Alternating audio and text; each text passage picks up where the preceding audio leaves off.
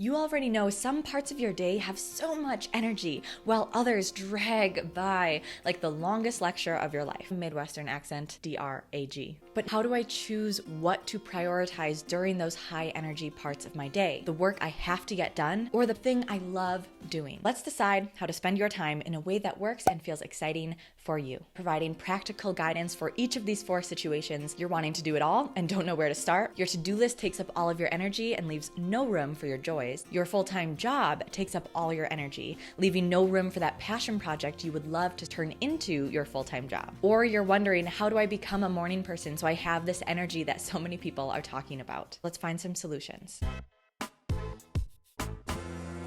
Storyline 1. For the individual who wants to do 10 million things, there simply isn't enough time to do it all. And if they try to do it all, they feel scattered and none of the projects come to fruition. All of them are half started. If this is you, here are 2 practical solutions. The first is the time block. Since the start of my business, I have blocked my days by type of work. So for my unique goals and situations, that means I have an author day, a speaker day, a coaching day, a CEO day, and a content creation day. Because I have these 5 time blocked days, I know and I trust that all of the tasks I want to do and need to be doing within my business, they will all get done. The second practical tip for this person is to create a yes later list. I use it all the time with my clients. If they are feeling overwhelmed by the amount of inspiration and creativity, when we're in that state of mind, it can feel really icky to tell ourselves no. Even if we know in our gut, there's no way we could fit that into our current life. So tell yourself, yes, absolutely, I will write that book next month, next year, 5 years from now. Set up a reminder on your phone or put it in your calendar to revisit that yes later list. Is now the time to say yes now, or is it still a yes later? Storyline number 2, for the individual who knows you are most energized and productive in the morning. So you help yourself to do the things you know you want to do long-term, those healthy habits put in the morning time slot. That means that the things you love, the things you're passionate about, are saved for the lower energy parts of your day, which means that the things you love and are passionate about may get put to the back burner almost every single day.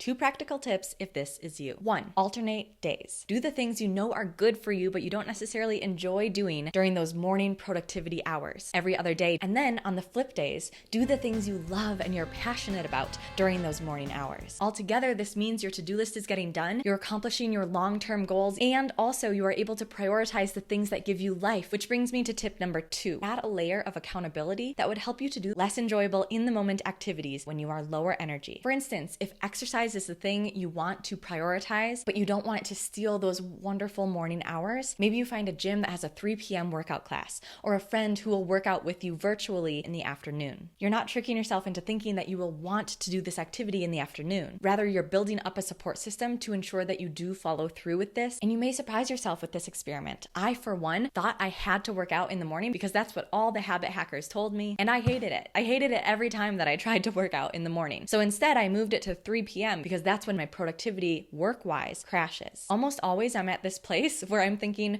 what else would I do? Just stare at my computer? Furthermore, as exercise does, I then have a spike of motivation, so when I return to my desk, I'm way more productive than had I sat through that 3 p.m. hour and tried to get a few more things done.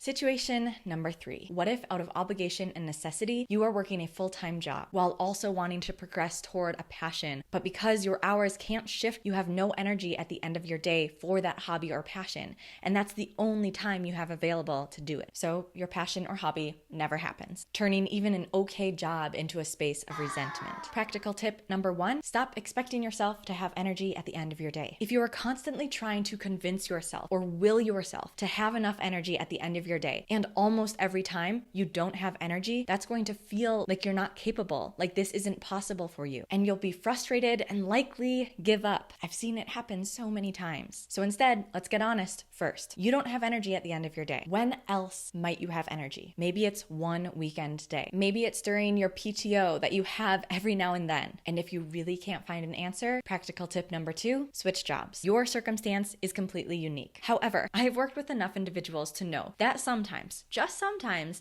we are living by a belief system that there's no possibility of change when there actually is a very real option for you to switch. That doesn't mean that you say, oh, I don't need finances. I understand that is a necessity. This is a question not of how could I quit my job and turn my passion, which is currently making me no money, into my full-time income overnight. Rather, this is how could I find a financial inflow that doesn't take all of my energy. As a personal example, since starting Yes And, I have held 3 different side jobs. The first side job, evaluation, consumed all of my energy. I was so drained that even though I was only working 20 hours a week, I felt like I had no time to work on Yes And. It was scary for sure, but it was a non-negotiable that I felt fulfilled and I fostered the growth of Yes And. So I quit that job and started coaching at a fitness gym. This was a little better. It was something I was passionate about and aligned with my values, but it was really hard to predict when I was going to be working and when I wasn't in the future, which made it impossible to schedule client calls in Yes And. So again, it was scary, but I quit that job and I picked up a yoga side gig. I had predictable hours and I didn't drain my energy so much that I didn't feel like I had any time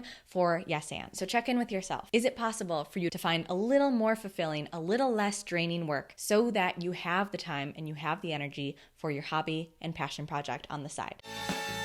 And lastly, storyline number 4 from a client who asked, how do I become a morning person? I'm hearing everyone talk about they have energy in the morning and then no energy in the evening. I don't have energy ever. Practical tip number 1, if this is you, ask yourself, when do I have energy? If you are not a morning person and you're trying to force productive activities into that time slot, let's get real. Maybe you're a night owl. Maybe you are hyper productive during the weekends. There is a status quo 9 to 5, Monday through Friday work week that for a lot of individuals in 2021 can be completely scrapped. We've just clutched onto these old belief systems keeping us in this box. Stop thinking you should be or you have to be a morning person. What type of person are you? And practical tip number 2 is to create a toy box. This is one of my favorite scheduling hacks that I co-created with one of my clients. What it does is gives you the freedom and the autonomy to make a choice rather than feel forced into something, which is especially beneficial for anyone who rebels against structure. So if you want to journal, eat right, exercise, meditate, and clean the house all in the morning, and you find that every time you wake up it doesn't happen, lay out those 5 options as if they were toys in a toy box and ask yourself, what am I willing to do right now? 95% of the time,